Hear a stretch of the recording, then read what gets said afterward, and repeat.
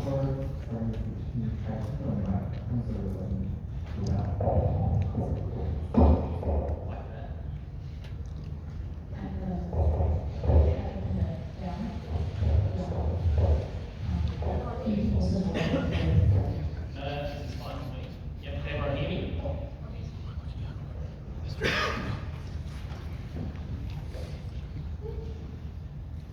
501 policy is contained in the Migration Act, and it allows the government to cancel visas of any non-citizens in Australia.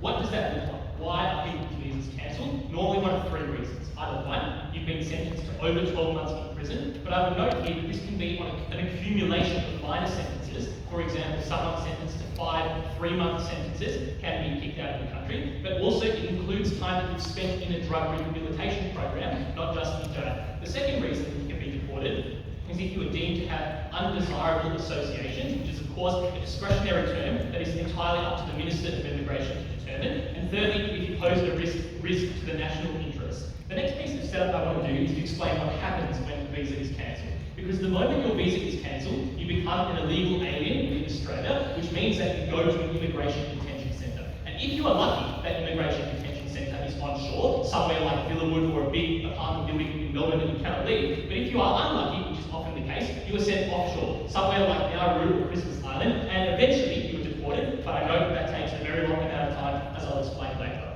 The next piece of setup that I want to do is to explain what the most common types of cases, or the most common types of deportees are, and I would note that it is mostly people from New Zealand. That makes sense for two reasons. One, New Zealand just simply constitutes the #1 largest migration body to Australia, but number two, New Zealand people have entitlements that other migrants do not. For example, it is easy to find work, accommodation, and study in Australia, which explains why they are very commonly migrants in Australia. And I would also notice that within that, the primary target of this policy is Maori people, or Maori immigrants, and that is because, like many Indigenous people around the world, they are typically over-policed for minor crimes, they typically experience anti-judicial discretion, and they are judged more harshly, and there is often jury bias against them because they are perceived to be committing crime. The most likely reason then that you are going to be deported as one of these people is for something minor like a drug offence rather than something serious. Why is that the case? Firstly, such things like drug offences are just very common, and many people do drugs, and in particular, many people from Indigenous communities or communities that are severely harmed by the government's policies or over-policed often have a higher amount of drug use than other communities, and because it is politically palatable to the rest of Australians to crack down on what is perceived to be an annoying and egregious crime. The final thing that I want to note is that our counterfactual is simply that people would just serve the punishment in Australia, whatever that be, whether it is jail or rehabilitation or community service, and that they would not be deported for discretionary reasons.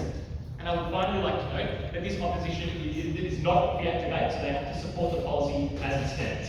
Okay, so what is the most likely counterfactual then? Well, sorry, why is our counterfactual that people would simply just serve prison time or rehabilitation, whatever the courts decide, the most likely thing? 3 reasons. Number one, it is the alternative that requires the smallest deviation from the status quo, in that it uses mechanisms that are already present in Australia. Number two, it is just traditionally what happens to citizens. They are sent to a rehabilitation program or they are sent to jail. And number three, it is the least resource-intensive alternative that could possibly exist. 2 arguments then that will win us the debate. Firstly, why principally this is wrong, regardless of what crime you've committed, and secondly, why this is often done unfairly. And sorry, there's a third argument, which is the harms of deportation and why deportation is intrinsically bad. On this first argument then about why this is principally wrong, I think we can all intuitively grasp that it would be immoral to deport a citizen because they have committed an offence, no matter how minor or large, or because they have bad associations or against the public interest. And we would note that a person's lack of citizenship in Australia does not justify a difference in treatment. Why is that the case? 4 reasons. The first is that a person who's been living in that country for a sufficiently long amount of time has often made contributions to that country, which should entitle them to a level of respect that is above being deported. But secondly, regardless of that, where you're born is actually morally unimportant to the way that states should handle you, because you do not have a choice in the way that you are born due to the lottery of birth. You cannot choose what country you come from, and therefore you want to be respected regardless of whether you have citizenship to a country or not, which is completely arbitrary and depends on your birth. And I will note that whilst many New Zealanders do have extra privileges that allow them to come to Australia to work, it is too difficult to gain citizenship that prevents them from being deported. The third reason then is that the specific type of crimes that the 501 Act most applies to often are ones that should not be deported anyway. For example, with drug addiction, not only should they not be deported, they are often the result of state failure. So for example, with drug addiction is often due to government marginalisation that increases the community's susceptibility to substance abuse. It is often because governments have failed to provide good social services or education or other opportunities that means that people's options are limited and they turn towards substance abuse. And the final reason is just that many of these things that people get deported for ought not even be a crime in the first place for the reasons that I have just outlined, and many of the people that are getting deported are substantially vulnerable groups. They are migrants who maybe don't fit in the best in Australia, who maybe haven't had the most perfect experience and more care for the law than simply deporting them. At the end of this argument, you should just believe that this is principally wrong to deport people, and that is why we oppose this policy. The second reason, though, is that even if you think there are some instances where it's justified to deport someone, this process specifically is done unfairly. 4 reasons. 1, it is simply up to the discretion of the Minister of Immigration, which is just one singular person. And even if you believe that they have a body of people who talk to them and who give them advice, at the end of the day, it is one person's decision, which means that you are particularly susceptible to that person's own biases, but also the political pressures and incentives that operate on that person. The second reason is that because it is so discretionary and within the hands of this one person and cannot even be appealed at court level, it means that there is very little room for appeal, once that all appeals are very hard and unlikely to succeed. The third reason is that this overall has very little public attention and scrutiny on it, because most people aren't interested in the small number of people that are being deported from Australia. I would note that the prominent exception to that is people who often peddle the narrative that the immigrants are ruining the country, that the immigrants are contributing to crime, and we ought to deport them because that will solve the problem quicker. That is the loudest voice and the one that is listened to the most, which additionally makes this process unfair. Finally, the immigration minister is typically risk averse. Obviously, they want to avoid a circumstance in which someone that lets stay in the country commits a crime, which explains why they are predisposed to kicking people out of the country, even when they shouldn't. Final argument then, why deportation is necessarily bad, what are the harms? And the first claim I want to make here is just that in all instances of deportation, it involves literally moving you into a different context, as the name suggests. And I would say that that is really important because most of the people that get deported were actually grew up in most of their lives in Australia. There were people who came when they were 2 or 3 with their parents and get deported when they are 20 or 40 for a set of minor crimes that other Australian would not be deported for. And obviously that means that you disconnect those people from their friends, from their families, from their career, from their culture within Australia and from their community. And I would note that that is intrinsically harmful on its own, but additionally you are sending them to a country where they haven't lived for most of their life, and they maybe don't have family or maybe are not as connected as they were at home. The second reason is that often they accrue extra punishment on top of the additional punishment they've already had. For example, before you were deported, you've already spent 12 months in jail, which means you are getting double punished for something that you've done, which is a simple harm and we should avoid. The third is that the process itself is immoral. Because as I outlined in setup, you typically get put in an immigration detention centre, which are notorious for being inhumane, under-resourced, and very bad places. And why that is the case is because the government has an incentive to scare people from doing bad things, so they try to make these places as bad as possible, which is why the UN has declared that places like Nauru are inhumane and do not support the Geneva Convention. Proud to propose.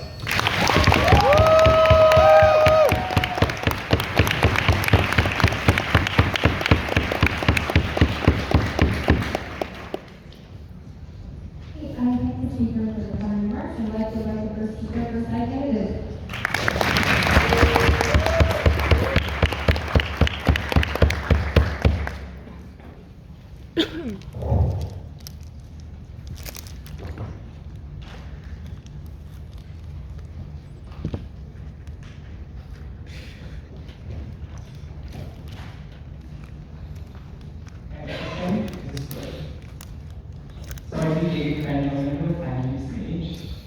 Thank you to my family for graciously forgiving all the events I've missed in pursuit of this activity. Thank you to my gorgeous team and housemates for doing my last walkthroughs with me and make sure council and supported our teams. And a special shout out to my dear friend Jez, who has been, I think, an emotional rock for both teams on the stage. Okay, done, sorry.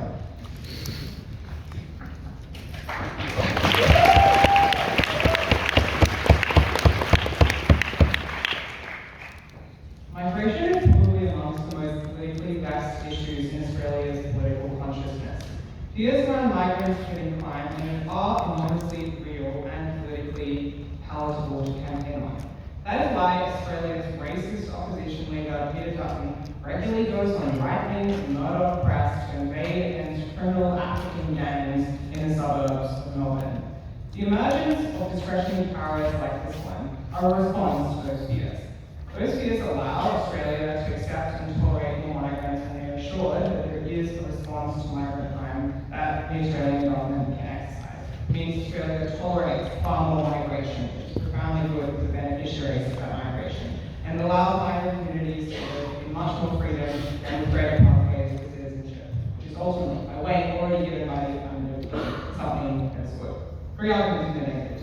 First, this is a rule that accepts more migration. Second, the counterfactual in the Affirmative team's law is much more brutal crackdowns on existing migrant communities and far less net migration, which is a harm. Thirdly, Australia has the principal right to create and enforce laws that are designed by its population of citizens who has the greatest obligations. Let's start with the first. This is a rule that politically allows Australia to accept far more migration. And I want to do two things here. The first thing I want to do is establish that Australia has a deeply politicized relationship with migration. And the first reason I'll give is structure, which is that Australia is a deeply isolated island nation where it has the exception of the ability to control everyone who lives there and a strong national identity around its isolation and uniqueness. That is manifested in, for instance, campaigns like Tony Abbott's 2013 campaign where he won power enormously on slogans like Stop Migrant Boats. It's led to waves of migrants, which are real in Australia.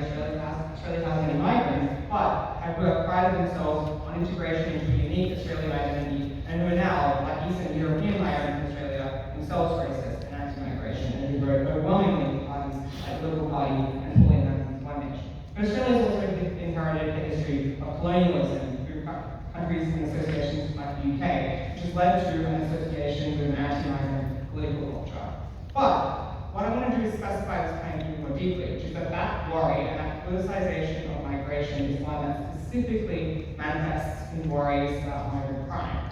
The leader of the major opposition party in Australia, the Liberal Party, has campaigned very heavily on specifically the harms of migration and how the parties in government are negligent not to use powers like this one in some instances to crack down on gangs of migrants, which suggests that Australia has very strong fears about migration and the effects on Australian culture and the effects on the safety of Australian society. But also, it's manifested in racist prime ministers like John Castro that have gotten into enormous conflagrations like the Tampa affair, where he wouldn't let a sinking asylum seeker vote to enter the Australian borders over fears of the unknownness of the migrant violence those people might bring if they were allowed to come to Australia. But even if you don't believe those specific cases, I would suggest you probably should believe that a country like this has intuitive fears about crime that are easily able to be turned into sensationalist media campaigns. We have the right-wing media monopoly controlled by Rupert Murdoch in our country, which means that sensationalization around crime is very easy to do and makes migrants very easy to politicize. What that should suggest to you is that this rule is a pretty important one in the fabric of Australian political culture. And you should believe that without this rule, Australia would be deeply perturbed and fearful. There would be an enormous demand, either one of two, and I would suggest probably a combination of both manufacturers. One, increased demand for oversight of existing migrant communities that comes from the exact same place as them wanting to crack down and deport violent ones. For instance, like the home affairs discretionary powers that already exist. Or a decrease in power for political parties that campaign on reducing net migration to succeed. And that would be enormously harmful. The first of demanding additional oversight of existing migrant communities with disasters. It would look like, for instance, massive over-policing of migrant communities in North Melbourne and in Western Sydney. And if they were concerned with immigrants like Minami having policing against them, then this would only get much worse if we politicized in a way that without this rule. But secondly, it would look like less generous visa conditions in the first instance, shorter visa times, more difficult pathways to permanent residency, more character testing, all of which would be bad. But it would also look like being a migrant means you get larger prison sentences. It would be considered an aggravating factor in a way that is currently addressed by rules like this one, but would have to be dropped with in alternative ways in the other teams. It would look like increased restrictions on the ability for migrants to get jobs in things that are considered security risks, all of which would decrease their ability to access and apply. But the other impact, I think, would be even more profound. Would be Australia would have a demand for way less migration. The uncertainty with each migrant that Australia accepts would massively increase without the ability to, for instance, support them if they are a criminal. Losing this rule would be a significant opportunity for anti-immigration parties to campaign on the fact that you don't know if any migrant on your street could be criminal and you have no power to get them out of your community. That would be enormously beneficial to parties like the Liberal Party, the National Party, and Pauline Hanson's One Nation. That would give those parties an enormous mandate to pass crackdowns on migrant communities and to pass reductions in net migration. I'll give two pieces of weighing as to why you should consider this one the greatest harm in the way. First is, you should prioritize the welfare of the overwhelming number of migrants who do come to Australia who are innocent and who live peacefully. Far fewer now get to live in a country that is free with high standards of living, and that is just a bad thing. But secondly, when you reduce the barrier, when you reduce the amount of people that can migrate, that's not just reducing the number, it's also selecting particular kinds of migrants. So economic migrants from Europe might not be affected in a rule like this, but it definitely would affect Australia's willingness to accept refugees, to accept asylum seekers, to accept people who are fleeing from war-torn countries. That would mean the most vulnerable kinds of migrants would be the most targeted. That would mean they would be the most likely to not get the benefits of life in one of the most developed and rich countries in the world, all of which would be about. Fine, this is a completely legitimate use of state power. The intuition you should believe about this is, like, getting 1 year's worth of prison sentences either suggests to someone who has no compunction about the recidivist sets of crimes that you've committed, or you've committed a singular instance of a fairly severe crime.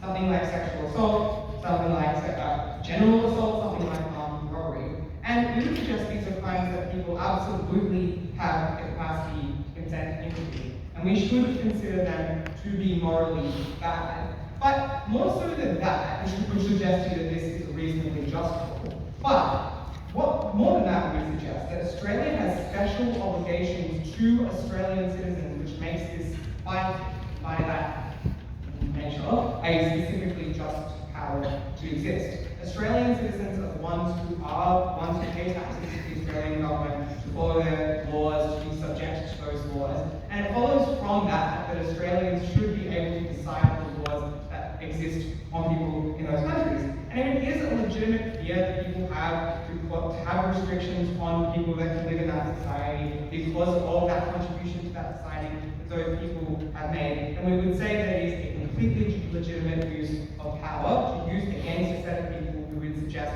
have consented to commit a crime and have consented to do so against the welfare of many. For that reason, to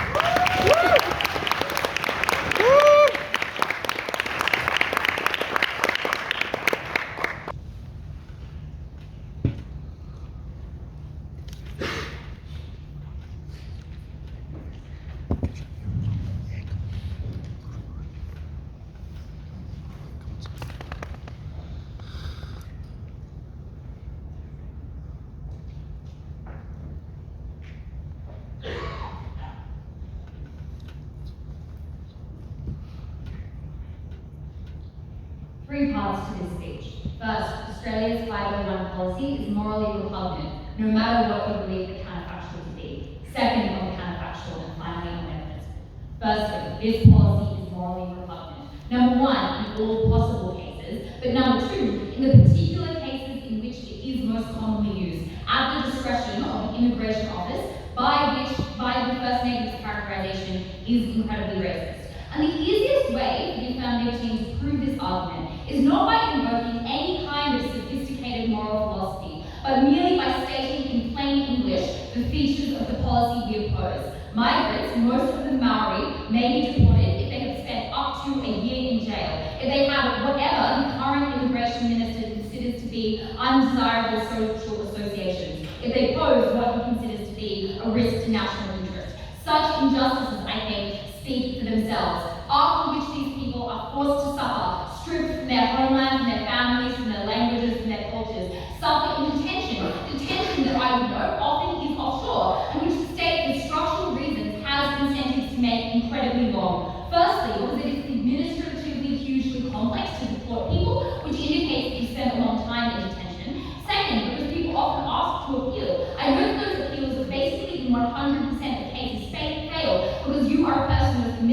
ground with no resources going up against a state that wants you gone, but those appeals take forever. And thirdly, the governments want this, or the Australian government wants this process to be extremely unpleasant, to deter migrants from coming, or rather to deter migrants from committing crimes in the first place, which indicates people spend extremely long periods of time in areas offshore where they suffer abuses that no one in this room would want to suffer, where they suffer in conditions that the UN has described as breaking the Geneva Convention. And I want to note here that this is a certain harm to human freedom, dignity, safety, and flourishing.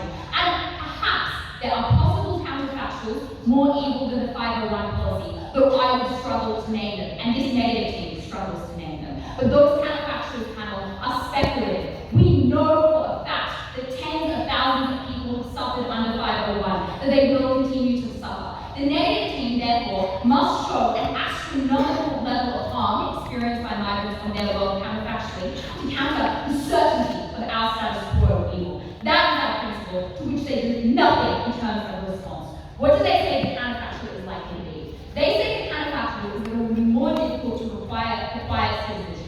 The first observation I make is that many of the policies they say will kill the counterfactual are features of the 501 policy. For instance, they say you could increase and worsen the character test. The character test is contained in the 501 policy. They cannot support that. The second thing I know is the claim they make, which is fewer people will migrate to Australia, does nothing to challenge the evils of the policy we described. Migration is not always a benefit. You always have to take the cost of leaving behind your family, leaving behind jobs you know, landscapes that are familiar to you, and so on. Often people don't have perfect information about the countries they migrate to. Often when they migrate, they face racism within Australia that this team correctly describes as a pretty racist country. Often they leave behind family, often they regret their decision. So, in order to say fewer people migrate and that is a moral harm, they need to explain massively what that harm is to contest the harms of deportation that we described. But a range of reasons why migration will still be very, very large under the status quo, or rather, under the world affirmative team. The first reason is that there are a range of treaties that prevent substantial restrictions on migration. For instance, international obligations under the UN Refugee Convention, which Australia has signed on to even if exercised imperfectly. For instance, investment treaties and free trade agreements that require substantial amounts of migration. Secondly, I would note that we have strong business interests to retain migrants on whom Australia's economy relies. Australia is a migration-based economy and would suffer enormously. The kind of populist politicians they describe, maybe they don't like foreigners, but they certainly like GDP going up and people making more money, and that is what migration requires for the Australian economy. Secondly, though, Australia has declining fertility rates, and maybe, yes, not under the Howard era, but certainly in 2024 under the Albanese era, Australia needs migration to keep its population high, to allow carers for people who are older, etc., etc. And there is cross-party consensus on these issues. It is simply false. The opposition party in Australia has campaigned against migrants. I think this team confuses a dislike for quote-unquote illegal migrants, i.e. refugees, for legal migrants. Yes, there is huge, strong, anti-refugee sentiment in Australia, which is highly regrettable, but that is not what this debate is about, which is about the migrants themselves, who Australia feels in many instances extremely positive towards. I note fourthly that most of the migrants that come to Australia are in fact from New Zealand. Even if you believe that Australians are racist, it's very unlikely that New Zealand, which is a country very historically and culturally similar to Australia, though of course there are some differences, suffers the migration they describe. And obviously, yes, Maoris are commonly deported under this policy, but their argument is that the whole view of the policy is that it's about foreigners. When Australians think of New Zealand, often because they are racist, they think of white people, and that is why support for migration continues. But fifthly, I know that the 501 policy is simply a holdover from a more racist era in Australia, and it has continued because this policy specifically, for reasons we give at Ollie, to no meaningful response, is subject to very little scrutiny because it's exercised at the discretion of the immigration minister, which means it's extremely hard for the public to know about the evils of this policy, or rather to know from where those evils come in Australia's political landscape. It's hard for media organisations to talk about it because they don't believe that that discussion will have any real effect, which indicates that the counterfactual is likely to be far, far better. Why is it the fact that Australia counterfactually right now is in fact far less racist and far less anti-immigrant than this team describes? Again, this argument is made precisely by this team in that they confuse dislike for refugees and dislike for foreigners for dislike for migrants, right? They're describing migrants who are good for Australia's economy, most of whom come from New Zealand. But in addition, I would note that the increase of globalization and the internet, the increase of migration itself, has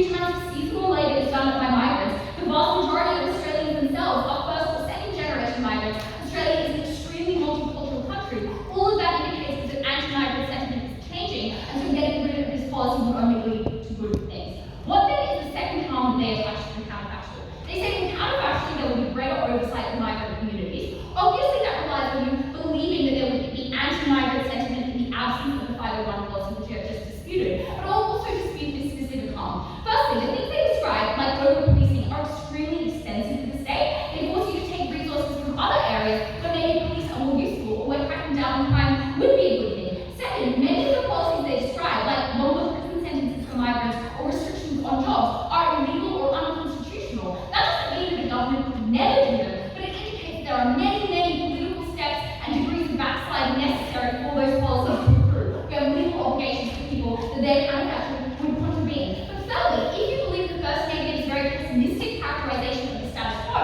that indicates that migrant communities are over-policed right now because of the racism they describe in Australia. We get rid of one of the tools for enacting that kind of racism, which is incredibly good. Finally, then, I'll knock out their very silly principle that this is a legitimate exercise of state power. Firstly, they say that these people have done crimes entirely unresponsive to Ollie's speech. One, these are minor crimes, often only a year, often things like cumulative sentences of many different small crimes. Secondly, this is unfair. We do not report a citizen who has committed a crime simply because they had. There's a non-secular say that deportation is the answer. Secondly, they say you have obligations with Australian citizens that contribute to society. One, migrants contribute to the economy and to society and to the wealth and goodness of the nation. Secondly, children, disabled and elderly people don't contribute to society in the way they describe. We have obligations to them because what states should do is on the basis of human dignity, human freedom and human flourishing. And that is exactly what the 501 policy contributes.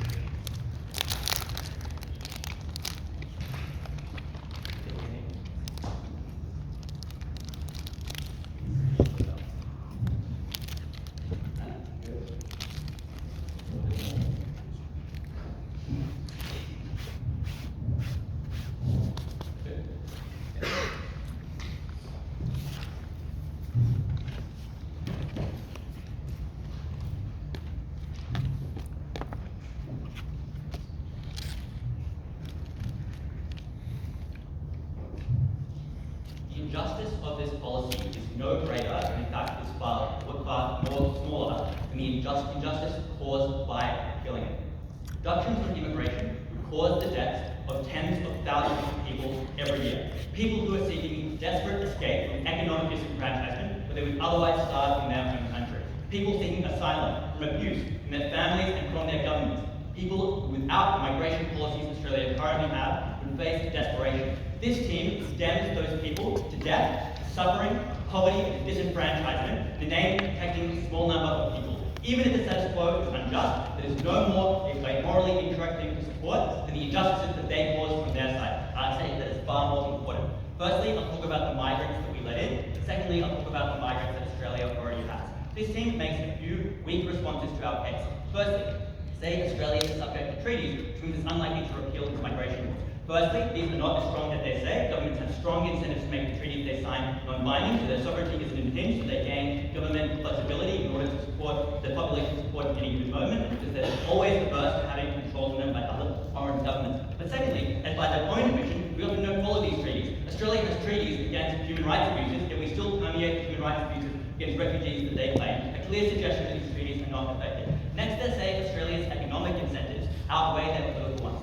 A few responses to this. Firstly, Australia's present government, so Left Wing One, already has a revealed preference to reduce immigration even where it might be in our economic interest. The Australian Immigration Secretary at the moment is already to reduce things like international student intake, even though it's one of our biggest exports and one of our most economically prosperous sectors. Secondly, Australian governments have a sense of economic problems that can be fixed in other more appealing ways. For example, instead of importing more skilled migrants, they can do things like improve and invest in upskilling existing workers to make them more popular among the citizens that already live there. We say that we choose to upskill or invest in those solutions rather than migration in the world where migration became popular. But thirdly, this fundamentally does not respond to the argument we make. This argument exclusively proves that they would be able to protect a set of migrants who are economically valuable to Australia, but it does not protect every other migrant. It does not protect migrants who don't presently have skills, who haven't received university degrees, who aren't nurses and who aren't doctors, people who are seeking asylum in the most desperate situations in the world, but even other than that, just people seeking economic advancement by moving to a country like Australia. At best, they're able to protect the people that are already privileged, who have a good life on both sides. We are able to protect the set of people who are most vulnerable and most in need of migration.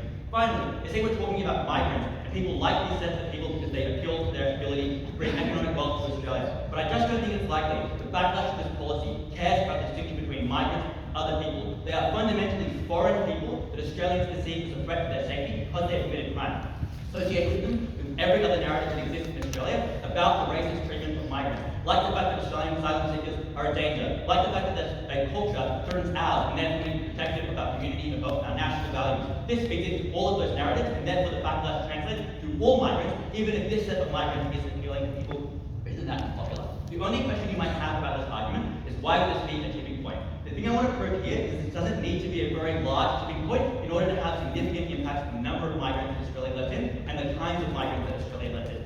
Firstly, that is because, as this team acknowledges, the average person who's not a racist does not backlash when migration policy is adjusted, compared to the loud, vocal set of people who really oppose migration and oppose crime. That is firstly because Australians care about other issues than migration. The current biggest issues in left-wing politics are things like sexism, because of a series of scandals affecting the Liberal Party, things like the environment, because of Australia's ecosystem, and they say that people value dealing with issues like climate change. And thirdly, the economy, because of the effects of things like COVID-19, which have made people very concerned about problems like inflation. But secondly, even left-wing people in Australia are often anti-migration. That is firstly because Australia has a lot of NIMBYs who oppose and care a lot about the community. That is people like not in my backyard, people who oppose migration, people who want to protect their communities, who want to keep themselves safe. Even the most prosperous, green, floating set of Australians often oppose migration. But secondly, a lot of people who are pro-union in Australia are also anti-migration because unions have evolved over time to oppose migrants who would firstly see an erosion of working labour laws because governments are more willing to exploit migrants and translate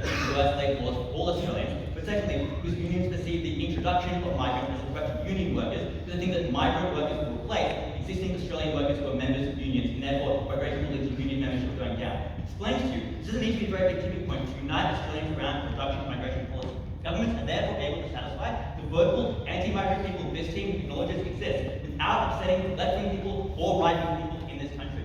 Secondly, I would say this is a strong tipping point. Firstly, because dealing with crime in a strong way satisfies people when crime happens a lot. People who are anti-crime are often also pro things like tough on crime policies. This is a tough on crime policy that satisfies them, which is the way it's able to settle people's concerns about migrant crime. But secondly, this policy cures the specific thing that people who are anti-migrant crime want, which is they want these people removed from the community, which means when a migrant commits a crime on their side, and that migrant is released back into the community after what they acknowledge is a short sentence, that gets sensationalized in the media when outside that is caused by the fact that the migrant gets deported, which yes, can in some instances be a travesty, but is far better than the other outcomes we explained that would occur. Why should you weigh this highly? Firstly, it's quite difficult to convey just the scale of Australia's migrant policy. We let in hundreds of thousands of migrants every year, which means even a small percentage reduction in the number of migrants impacts tens of thousands of people. This team acknowledges this is a small set of people who are being deported. I would say it is morally repugnant for those people who we explain by virtue of the nature of the backlash and the nature of their own mechanisms for how they say government deal with this, would be the most vulnerable migrants. We're talking about asylum seekers fleeing abuse, fleeing authoritarian governments. These people are the ones that get cut. Even more expensively, we're talking about people seeking work, a fair shot in life, and escape from the crushing boot of poverty. I say, what about them? What about their suffering? What about the harm that true to them? These are not speculative claims. We provide mechanisms to explain why it's true. We also have a clear, intuitive argument. This settles concerns around migrant crime. Migrant crime is notoriously one of the main reasons people oppose migration. On their side, you get changes in migration policy that affect tens of thousands of people. But secondly, yes, second affirmative, it is astronomical in scale. We're talking about 100 people on their side versus hundreds of thousands of people on our side. Politics necessitates that we make compromises. This team's principle is status quo bias. Why is the present injustice more important than the one they necessarily cause on their side? That should explain to you that migration policy alone wins us this debate. The next thing I'll talk about then is the migrants that currently live in Australia. And I would note the past clash feeds into this well. They say, but feeds into this well. Firstly, because all the proof around backlash also applies to existing migrants. All the same mechanisms around people who want to reduce migrant crime also explain where there will be further crackdowns on violence. But secondly, we're also talking about changes in migration policy that flow on to existing Australian migrants. So even if the sort of confusion around migration is about migrants who are coming in, if they do things like change the number of hours that a migrant is able to work, the number of places they're able to move to, whether they have to live in regional areas or in cities, all of those restrictions apply to the 5 million plus amount of migrants who currently live in Australia and come from overseas. All of those people's lives become materially worse as a result of appealing that policy. That is a repugnant outcome that we should oppose. The impact here is extraordinary. They claim life can't get worse for migrants, but that is obviously untrue. Firstly, many migrants currently have good lives by virtue of the privileges offered to them by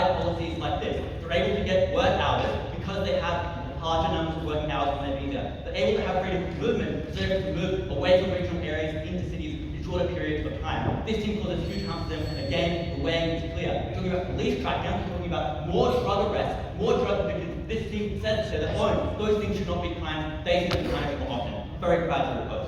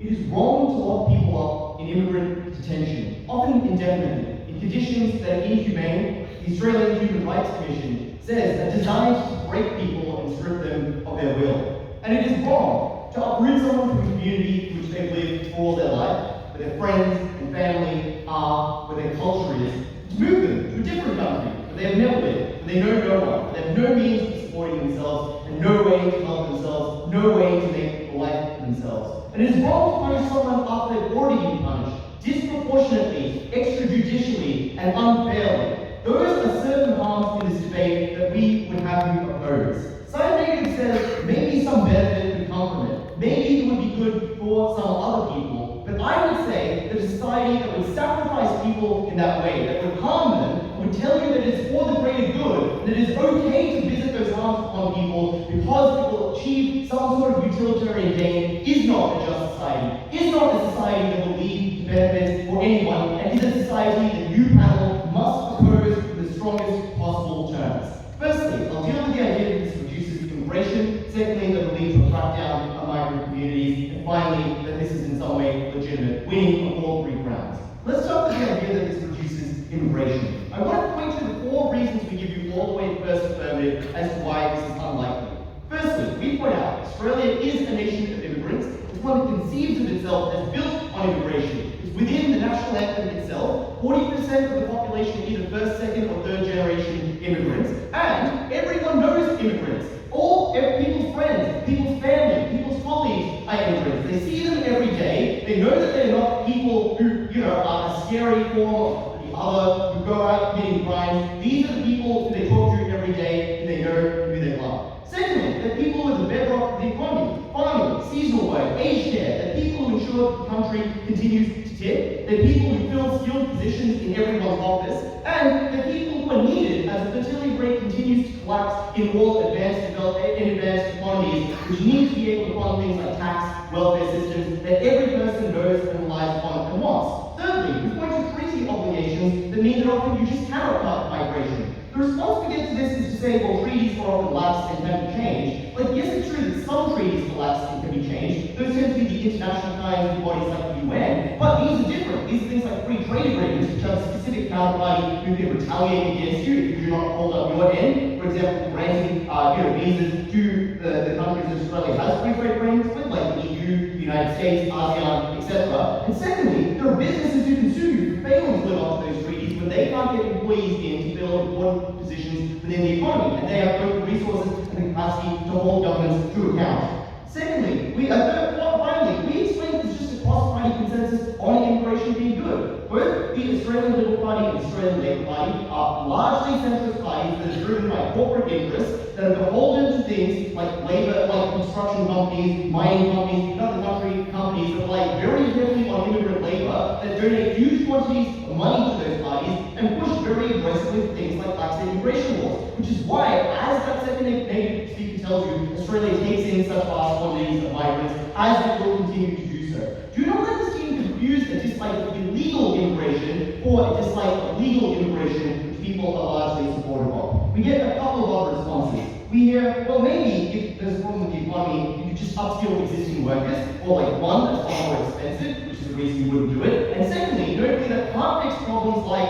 a declining population, which means that things like social security systems and pensions are unsustainable, which large voting blocks like retirees are very likely to hear about. Secondly, we hear that, well, maybe this would allow skilled migrants in, but wouldn't allow unskilled migrants in, ignorant of the status quo where Australia has a skilled migration system and basically only lets skilled migrants in to begin with. This time is entirely symmetric. They say people hate crime, but this isn't a debate set in the United States. Crime isn't a second issue in Australia. Crime rates are exceedingly low. It's one of the safest countries in the world. No one's concerned about this. This isn't a beat up. And finally, they say maybe there's more immigrant coverage, more coverage of immigrant crime on our side, which drives anti-immigrant cycles. There's no explanation as to why the capacity of right-wing news media who might want to, for example, beat up about immigrants would be at all changed, because they'd equally be able to access that information when have equal incentives to beat up about it on either side. So that would convince you that none of the reasons this team gives you as to why immigration would reduce are true. And I want to note that this team never responds to any of our reasons. They merely provide some reason that might reduce immigration. So that leaves all of the claims we give you totally uncontested. Hopefully the negative will have some responses.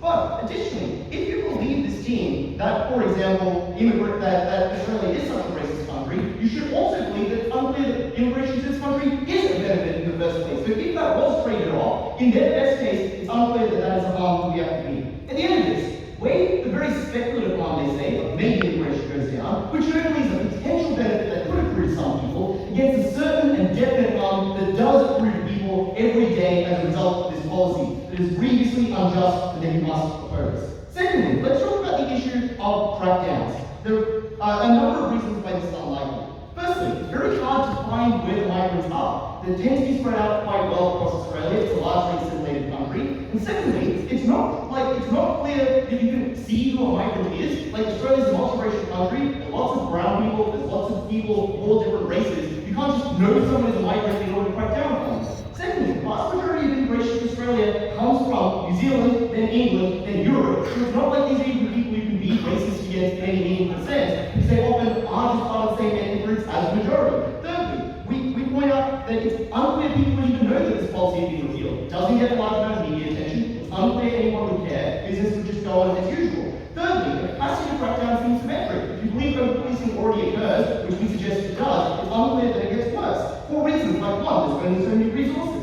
Policing occurs on a local level, so it's not like you can have more police to do more over-policing. You only have so many police allocated to each part of the city. Thirdly, often it's harder to do more over-policing because it becomes more obvious that you're being discriminatory in the way you police. It means the media is more likely to notice. It means people are more likely to sue the police over it. It means you're more likely to invite backlash, and it's harder to engage in that policing in the first place. Which is why, if you believe over-policing does occur, it's very hard to believe that it occurs in substantially more degree. So this harm just falls out of debate, and you should not believe it's substantial. Lastly, let's deal with their claims that this is a legitimate policy. They say, firstly, well, they committed a crime, so they have it coming to them. But firstly, it doesn't have to be a crime. It just could be that the minister decides discretionarily that they have an undesirable association with present national interest. Secondly, drug offences are often immoral, so unclear why people shouldn't have the right to choose what they can do to their own bodies. Thirdly, these are actions other people do and are not punished for, so it's unfair. Fourthly, it's disproportionate. You shouldn't destroy someone's life over a drug crime. And fifthly, often it's a result of government failure, things like colonialism that drive people into they obey laws and pay taxes, yeah, so do migrants, unclear why this is a reason at all. And we have obligations to people just generally, because they are humans, because they live in our country, because they feel pain the same way that we do. Weigh all of the claims they give you about legitimacy against the harms that certainly occur every day this policy is allowed to continue. People trapped in metal boxes, forced to endure inhumane conditions. People unfairly subjected to deportation, losing all it is that they have in their life, being sent to a place they've never been before. And people being punished time and time again for crimes when we should be assisting them, and when side Affirmative would be able to assist them with things like services, with things like drug rehabilitation. I could not be prouder to Affirmative.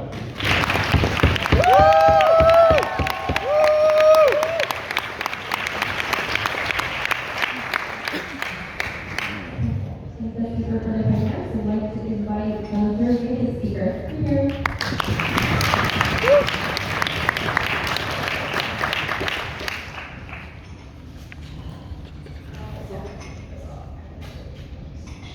I'd like to thank my family, especially my little sister Ingrid. Also my family here in Indonesia, the Targans, for their prayers and generosity. My partner Sophie and my dear friends, both those that I'm debating with, but also those I'm debating against. But finally, I will say, I live on unceded Gadigal land that was dispossessed from its original owners. That's an injustice that my society is still failing to recommend, and I think consequently we have an obligation to be invested in anti-colonial struggles for justice and for peace from Gadigal to Gaza.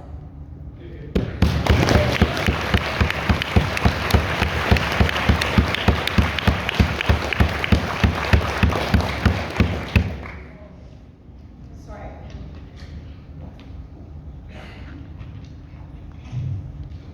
This team indexes on certainty. That the certain deportation of at most a couple of hundred criminals a year should outweigh what they brand as the speculative benefits of shielding mass migration from an influx of vitriol. But this requires a truth of the light, where they conveniently understate the scale of benefits that mass migration provides. It's hundreds of thousands of livelihoods, of innovations, of uni degrees, of families, and it's the experiences, the exposure to racism for each and every migrant in Australia right now. Negative asks the question, should we make a strategic choice to maximize the numbers of people who enjoy those benefits? And I think the answer is quite clearly yes. I'm going to start on so-called moral repugnance, and then I'll deal with the numbers of migrants that exist in Australia, which I think is by far the most important impact in this debate.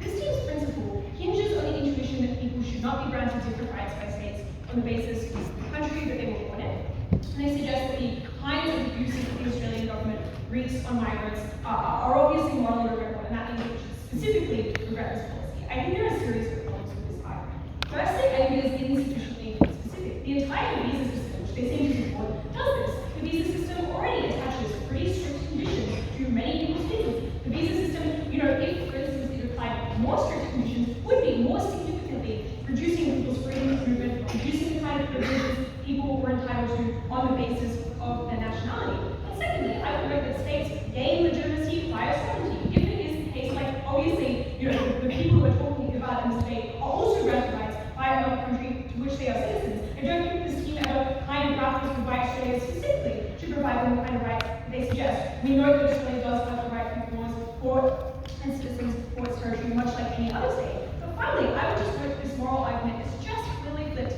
by our arguments about migration numbers and about backlash. If you think things like punishing people for taking drugs are morally repugnant, which I would probably agree with, it is clearly bad to mobilize state power for a backlash that would apply to many people beyond the sets of migrants who specifically get deported on their side. If you think it is immoral to curtail people's freedom of movement, you should certainly believe that reducing the number of people who are even let into Australia at all is a greater moral harm than the one proposed by side Affirmative. But finally, I would just quickly mitigate, the scales of harm that this team suggests people are likely to experience. I think it is likely to change over time in the absence of the kind of racist backlash that we described. They characterize Australia as liberalizing over time, which I think should suggest that it will become increasingly palatable for immigration ministers to do things like indefinitely detain people. And however, the countries that these people are likely deported to, given that it's costly to detain indefinitely, likely have incentives to look after them reasonably well. I don't think they do all that much work on that question. Anyway, what I'm going to spend the rest of my speech doing is just to explain why the numbers of migrants accepted by Australia and the kind of rhetoric surrounding migration in Australia worsens drastically on the side of evidence. I've already explained why I think that is the most morally salient part of this debate.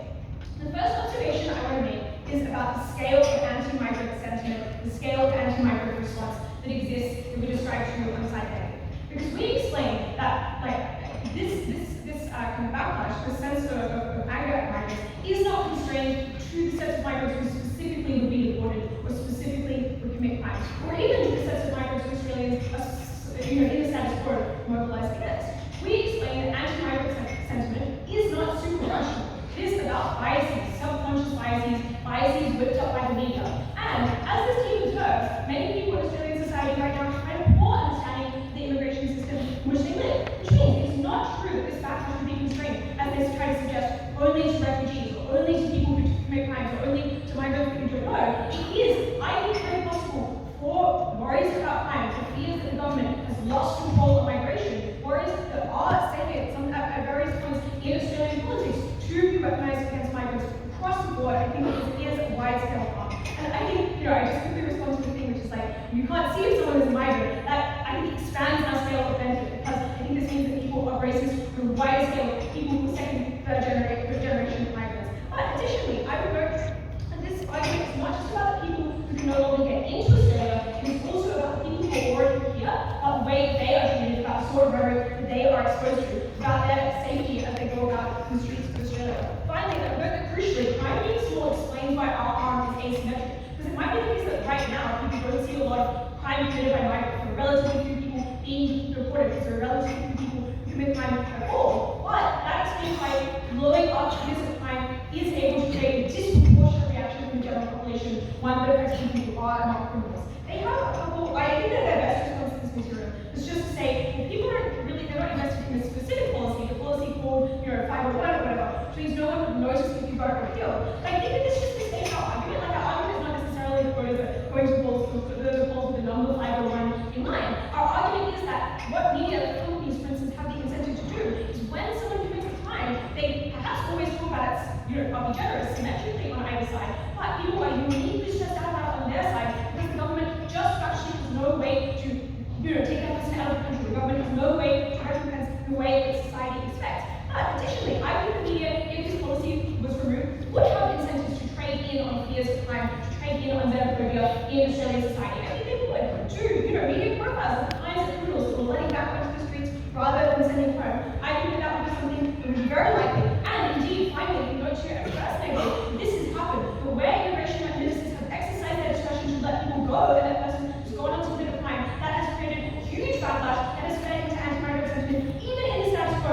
Imagine how much worse it would be if it was not just one person, it was hundreds. The next thing that they try to push in response to our numbers of migrants question is to suggest that there are other constraints to cutting migration, like the economy or like the law. I want to quickly deal with the law, the free trade agreement thing. Look, they just assert that free trade agreements are likely to contain a bunch of freedom of movement conditions. Charlie explains why they are unlikely to, because this is not usually in the incentives of the Australian state. I think that states often perceive this as giving up a lot of autonomy, and in particular, I would argue it's particularly unlikely to contain these kind of conditions for states other than like the UK, where it might be more politically unpalatable given the racism we've already characterized down the patch. The other question is about the economy, to suggest that there are economic constraints to reducing migration. There are a series of problems to this. First, it doesn't fully respond to our arguments. We say that this means that you just shrink the number of migrants you take to the people who are most economically beneficial. They say, well, already we're relatively restricted on people who are unskilled, but clearly I think it can get worse. We explain why even, if it's 10% of people who are no longer let in, that's still a terribly bad thing.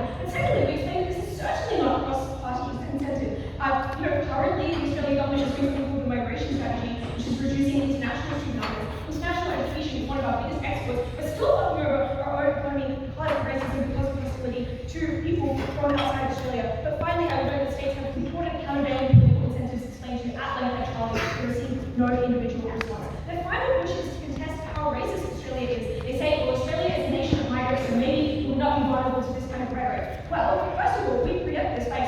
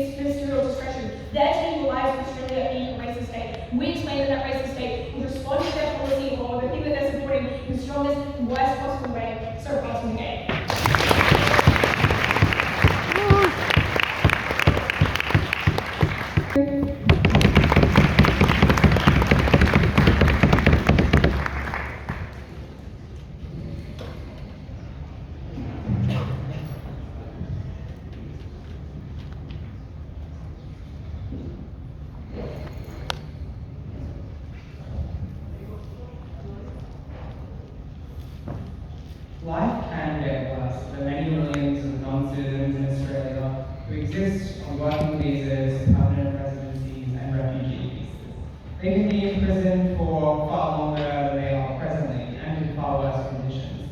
They can face violent over-policing of their communities. They can face far more discrimination in jobs and public life than they presently do. What this affirmative team relies on me believing is that Australia was once a racist society, but has now become enlightened and merely has this anachronistic rule that punishes migrants. That's why second and third affirmative spend so much time hand-waving away the very recent and very sordid treatment of migrant communities. The racist crackdowns of migrant communities living in towers during the COVID pandemic, the sensationalization of African gang crime in Melbourne in the last few years by very powerful and very current political leaders like Peter Dutton. It should be outrageous to anyone in this room who has ever heard the opposition leader of Australia speak that Australia is a country with no hang-ups about migrant crime. Australia may very well be tolerant of migrants they personally know with and interact with at work, but Australia still voted in Tony Abbott in enormous margins on his promise to stop the votes, to stop migrants, to stop violence, to stop the uncertainty that foreigners bring. A rule that punishes the least sympathetic category of migrants, those who have committed and acquired significant criminal records, assuaging the very real concerns of this racist Australian society to the benefit of the freedoms of an overwhelming mass of migrants who do live peacefully and prosperously, is in fact a just war. The question you must ask when you evaluate this affirmative team's case is, are you convinced Australia would just forget that this law doesn't exist and that this concern they have about crime and the uncertainty that migration brings wouldn't be displaced anywhere within the legal systems? And I would note that answering that question in a way that is favourable to their case, which is yes, they can just forget about it, is an enormous limit that you should have to be very satisfied that they have proven. We suggest, in fact, a much lower, that it in fact would be displaced elsewhere. That fear is now increasingly socialized to the least sympathetic of migrants and increasingly to the mass of peaceful migrants at any point they interact with the Australian justice systems, when their visas are lapsed because they're now far more constrained and offered far less frequently than they otherwise would have been. What is far certain, far more certain, is that far more people will leave home. I understand that the affirmative team are very convincing when impacting on harms of this policy in the South Court, but you must imagine that a society capable of that violence is also capable of continuing to inflict it in a much less directed and much less naturally just way. The final question I want to grapple with is migration to Australia good? Because there's various moments in this affirmative case where they say not, but you should be dealt with that, because abilities migrants are choosing to come to ability and rationally deciding whether or not they will. But outcome applies disproportionately to migrants who have most to gain from contribution and participation in Australian society, in terms of refugees and asylum seekers, and people from the most developed countries. But also, they spend a lot of time explaining the natural benefits of migration into Australia, so you should be doubtful that something that reduces migration is in fact a good policy. So, if you're about to cast a ballot for the affirmative on the grounds that this policy is unjust, I assure you that without this policy, it will get worse. It is with great regret that I have been forced to admit in this debate that my society is to this very day deeply racist. It is broken. Without a rule to constrain that fear, it will inflict the violence that that fear promotes on many, many more. And that's why, the final time in my educating career, I'm proud to name it.